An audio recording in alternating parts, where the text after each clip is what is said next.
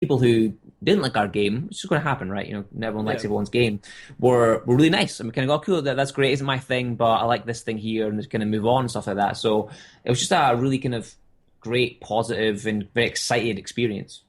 Yeah, we see like on the internet, the wide internet, a lot of media coverage of E3, but you've got a slightly different perspective as a part of a development team. So, like, what was your days like? Were you just around consoles, showing people games, or?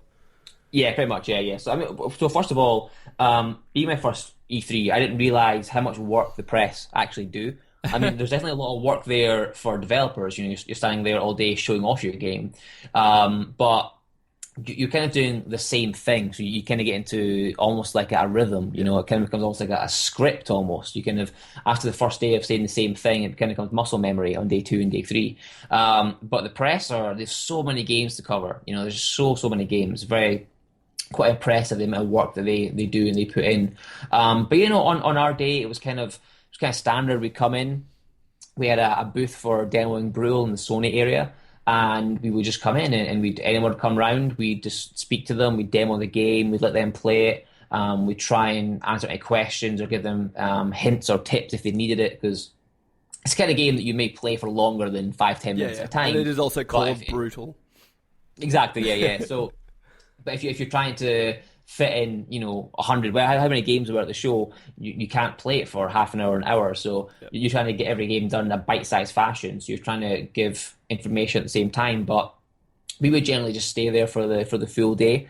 I was kind of torn because I really wanted to leave and try other games because it was my first E3. But I wanted to be at the booth and meet people. And I'm glad I stayed actually because I got to meet Shuhei Yoshida. Got Oh to my got to chat to God. Shuhei. I know it's amazing. It's so great. I was standing there and I was watching Frank, who's the owner of Stormcloud, who makes Brutal, and he was doing a demo. Like I looked to my right and I saw Shuhei right next to me, and I was like, "Oh no!" I was like, "Hey, hold it in, don't get excited, don't hug him, it's too soon." I started chatting to him. He's lovely. He's such a nice man. Like what you see on Beyond or Kind of Funny or any show that he's on, he's exactly like that in real life. He's so friendly, so nice. I was just chatting away to him, asking how he was doing. He was just, he was saying he was loving the show and stuff like that. And then he goes, tell me about Brutal. I was like, yeah, sure, no problem. He went, no, tell me on camera. And he took his phone out and recorded me live and posted it on Twitter Oh to all his wow. followers. Oh, I'm gonna And that was check that amazing. out. Yeah, I didn't Yeah, it see was that at great. all. Yeah, Check it yeah. out for sure. No, it was awesome. So it was just him. He did a few games actually. He's got his camera out because he hadn't seen the game before. Obviously, he's kind of more first party. Yep. So he was just chatting to us, asking about the game, watching it, asking kind of developer questions and game questions. And then obviously I liked what we heard, so he kind of recorded me doing a very quick sales pitch on the game and shared it online. And yeah, he's just a lovely man. Just a really nice guy. And that sort of was like the peak of what I did there because everything else was just so similar. Everyone was just so friendly and so nice. But yeah, generally speaking, because we were a team of two at the booth, we couldn't really leave. Yep. We tried to do little bits here and there where we take like a 5 minute break and walk around and see what was happening. But most games, in fact, every game had a queue, so you couldn't really just jump on and play something really quickly. The example that I give is that this is sadly Nintendo, but I'll segue very That's quickly. okay. We'll allow it. That thank you for Zelda. The Zelda booth was quite near ours, and my friend works for Nintendo. We were chatting one morning, and the doors opened on the Thursday at 10 o'clock.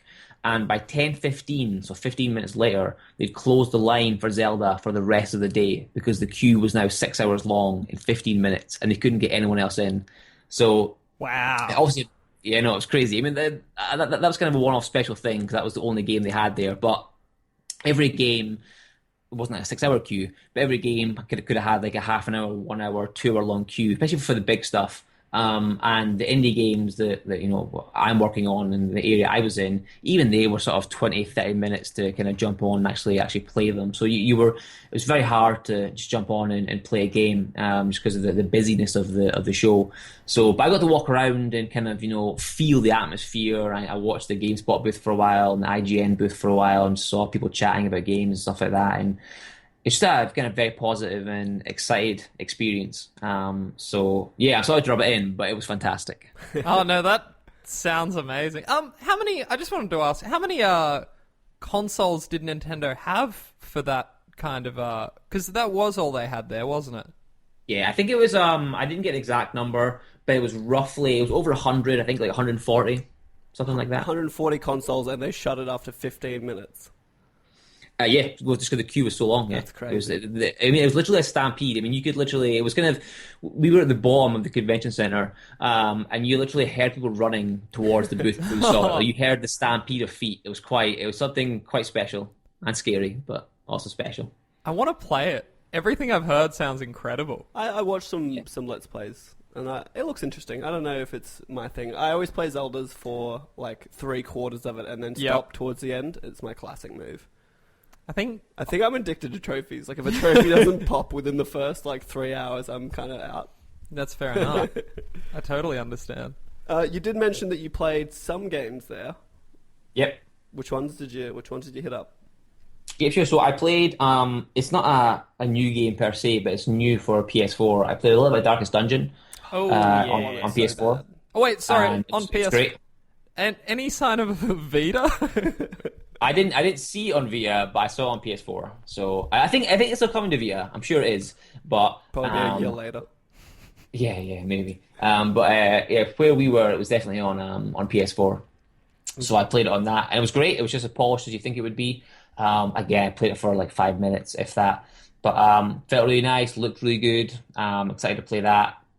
So I played that. I also played a little bit of a game called Thumper, which is kind of like a rhythm-based game. Yep. And that was getting a lot of great press at the show. That was good. I wanted to. I didn't play it, but I watched a lot of Fury. I don't know if you guys saw that game. I didn't. Sorry. Yeah, no, it's pretty cool. It's basically a boss battle only game. So the idea is that you're doing. I think you're on this kind of planet almost, and you're basically working your way through various bosses to the final boss. But you're only fighting bosses. There's no like mobs. There's no like swarms of enemies along the way.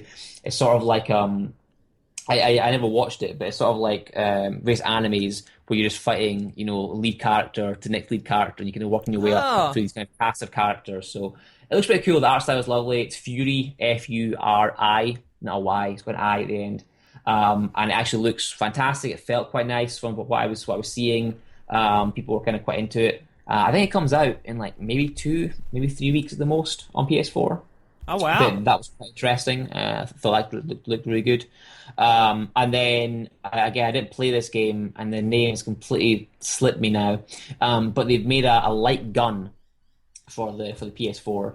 So there was like a VR light gun game that we're showing off. The game looked okay, but the light gun itself looked really nice and actually really responsive as a VR accessory device. Accessory, yeah. So. Did it have the So little not move, many games. the little move ball at the end? It did. Yeah, it did. Yeah, it did. Yeah. Well, apparently, what I heard, and someone told me this, so this isn't me breaking any NDAs. Someone told me this. Actually, I think it was a journalist told me this, so I think I'm fine to say it. But apparently, the company, they made this. So they made this light gun with the Move controller to play with their game, and Sony liked it so much that they actually have got the patent, I guess, or the patent from this company to make it for all their games now. Oh, wow. So which is quite cool. So this one company wanted to have a light gun for their on-rail shooting game, and apparently it's so good that Sony are now picking it up and going to bundle it with I don't know how they're going to do it, but they're going to use it and have it usable with other games going forward, which is kind of cool.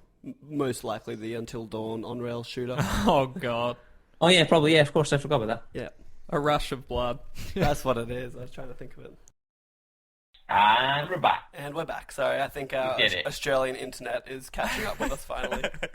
No, that's all right, there we go. And we're doing so well. I know, it's going great. It's all downhill now. I've lost it. Well, I don't know if we caught it, but I was asking Richard about what exactly you guys were debuting at E3. Yeah, sure. So we thought long and hard about it, but we actually got invited to E3, I think maybe a month before, and we actually, the week we were away at E3 was when we went to submit the game to Sony for Sony QA, so which we did. But it kind of meant we couldn't really work on anything additional because the whole aim of that month was to submit the game to Sony, so we were ready to launch as soon as possible. So we ended up actually just taking the game as is. and we just had the core experience. And we figured that was best because, we were trying to get people to play the game, preview it, trying to meet journalists so they could maybe review it and preview it near the time. So actually doing, hey, this is the game, this is what it'll be at launch. What you're playing now is the game. There's no like added things in there to make it different. We figured that was best. So it was, generally speaking, players or journalists or content creators or whoever it was, developers, they played the first couple of levels. So they'd pick their character, they'd spawn in, they'd learn the controls, fight some of the basic enemies, find a weapon, craft a weapon, make some potions, level up some skills, use some abilities. So they were getting the sort of the first 20 minutes of half an hour experience of the game, which I think worked out fine. I mean, I think if we were 6 months off release or longer, we would have made an actual a tighter demo that kind of give you experience, more enemies, more weapons, and so forth. But we didn't really have that time, and we wanted to kind of show off the final launch version of the game. So that's what we went with. And I think it went over quite well. I think the fact that we were just doing this is the game, go ahead and play it, people quite enjoyed. There wasn't this is the game, but keep in mind this is 10 hours in or whatever. It was the actual, what you saw is what you got, if that makes sense. Yeah, cool. And people seem to be pretty positive on it. Yes, it was great. It was really, really nice. And one of the hardest things for an indie team actually any team. I say an indie team for any team is getting press. There's so much stuff out there. There's so many games, especially E3 when there's so many announcements. Days Gone, God of War, and so forth. To getting any coverage is fantastic. But we've done really well. We've been on IGN. We've been on Game Informer. Obviously, we're on the PlayStation Livecast with Andy Carboni again. We've got a couple of Game of the Show nominees. We didn't win any, sadly. We've got a few nominees from Hardcore Gamer and a couple of others. So, yeah, it was great. We've met a bunch of great people, and I think we've kind of increased the knowledge of the game and of what we're doing, which is always fantastic. Yeah, awesome. You mentioned Days Gone, so I feel like we should maybe... Did you have a chance to look at the PlayStation conference at all? Yeah, I did, yeah. Yeah, annoyingly, I'm so sad about this. We actually got invited to it, but our plane didn't land until an hour before it started, and there was just no way we were getting through security, and exactly, yeah, so it just didn't happen, sadly. So I was pretty gutted that I didn't get to see it live, but when we got in, we watched the highlights and the trailers and so forth, so I've caught up. And what did you think of the conference as a whole? That was great. Yeah, it was fantastic. I was even more gutted that I missed it because it was just a non-stop barrage of hits almost. It was done really well. A live orchestra. Well. Oh yeah, that was amazing. So no, it was paced really well. I thought the news was really well done, and just a great show. Just a great show. What was the? Oh, sorry. After you, Richard. No, I was basically say I thought personally it was a great show. You guys may disagree, but I thought it was. No, we loved it. Yeah, we loved it front to back. What was the feeling on the ground about what we're calling the greatest bait and switch of all time, the Crash Bandicoot reveal? Well, he wasn't on the ground. Oh, I mean, just there? Like, were people talking about that, or...? Not really, actually, no. I think, yeah, sorry. Well, I mean, again, it's different for us because I think we were in a section where I think, generally speaking, apart from Darkest Dungeon, although maybe that hasn't been shown before, I think every game that was shown at E3 was probably the first time that game had been shown to the public. Or, I mean, at least it's the second time for us in that case. So I think all the devs were just excited to be there and chat about their game sort of thing. So I think on the show floor is kind of different because I think almost every developer or publisher or press person is so excited about what they're doing that, it's not until day 2 or day 3 that you kind of then start chatting about other games and so forth. So there wasn't a huge lot of hype for Crash Bandicoot. It doesn't mean that the hype wasn't there, but it was more people excited about what they were showing off, if that makes sense. Yep. Yeah, no, it's pretty interesting. I was definitely expecting a game. I couldn't believe it, but then, I don't know. I'm not very interested in Skylanders. I thought it was classic because I could see in the crowd. We were watching the live stream, and the Crash Bandicoot music's on with the beach in the background, and I could see people losing their minds, like getting out of their seats, and Crash Bandicoot reboot was coming or something. Do we even really need one? No, maybe they're testing the waters with the with the HD remasters. Yeah, fair enough. Fair enough.